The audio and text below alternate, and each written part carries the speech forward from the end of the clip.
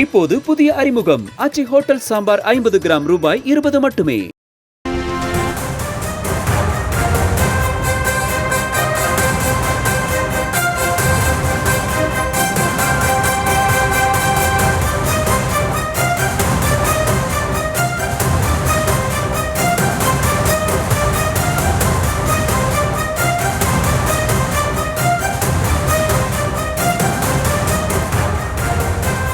அண்மை செய்தியை பார்த்து வருகிறோம். எந்த இடத்திலும் என்னுடைய சுயமரியாதையை விட்டுக் கொடுப்பவன் அல்ல என இசையமைப்பாளர் இளையராஜா தெரிவித்திருக்கிறார். அண்மை செய்தியாக பார்த்து வருகிறோம்.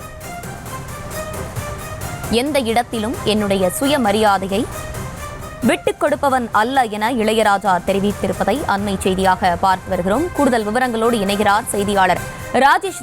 வணக்கம். விரிவான விவரங்களை வழங்கலாம். வணக்கம்.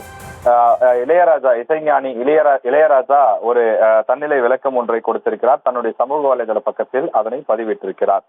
என்னை மையமாக வைத்து சிலர் பொய்யான வதந்திகளை பரப்பி வருகிறார்கள். நான் எந்த நேரத்திலும் எந்த இடத்திலும் என்னுடைய சுயமரியாதையை விட்டுக் கொடுப்பவன் அல்ல என்று அவர் பதிவிட்டிருக்கிறார். என்னுடைய சுயமரியாதையை நான் விட்டுக் கொடுக்கவும் இல்லை என்று அவர் ஆணித்தரமாக தன்னுடைய பதிவில் குறிப்பிட்டிருக்கிறார்.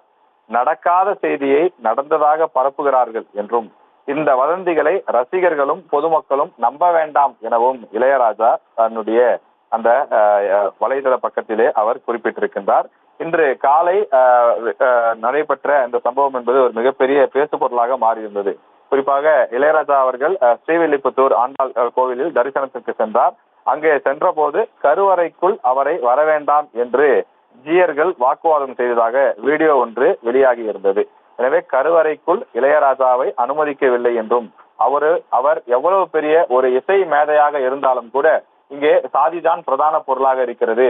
எனவே அவர் ஒரு பெரிய லெஜண்டாக ஒரு பெரிய உலகமே போற்றக்கூடிய மாமேதையாக இருந்தாலும் கூட அவரை இவ்வாறு அனுப்பியது அவரை அவமானப்படுத்தக்கூடிய செயல் என்றும் அவருடைய ரசிகர்களும் அதே போல சமூக வலைதளத்தில் பல்வேறு நபர்களும் தொடர்ச்சியாக அந்த வீடியோவை பதிவிட்டு இசைஞானியை இவ்வாறு திருப்பி அனுப்பியது மிகப்பெரிய ஒரு அவமானமான செயல், இது அவருக்கு இழைக்கப்பட்ட ஒரு அநீதி என்றெல்லாம் தொடர்ந்து பல்வேறு விதமான கமெண்ட்டுகளை பல்வேறு விஷயங்களை எழுதி பகிர்ந்து வந்தார்கள்.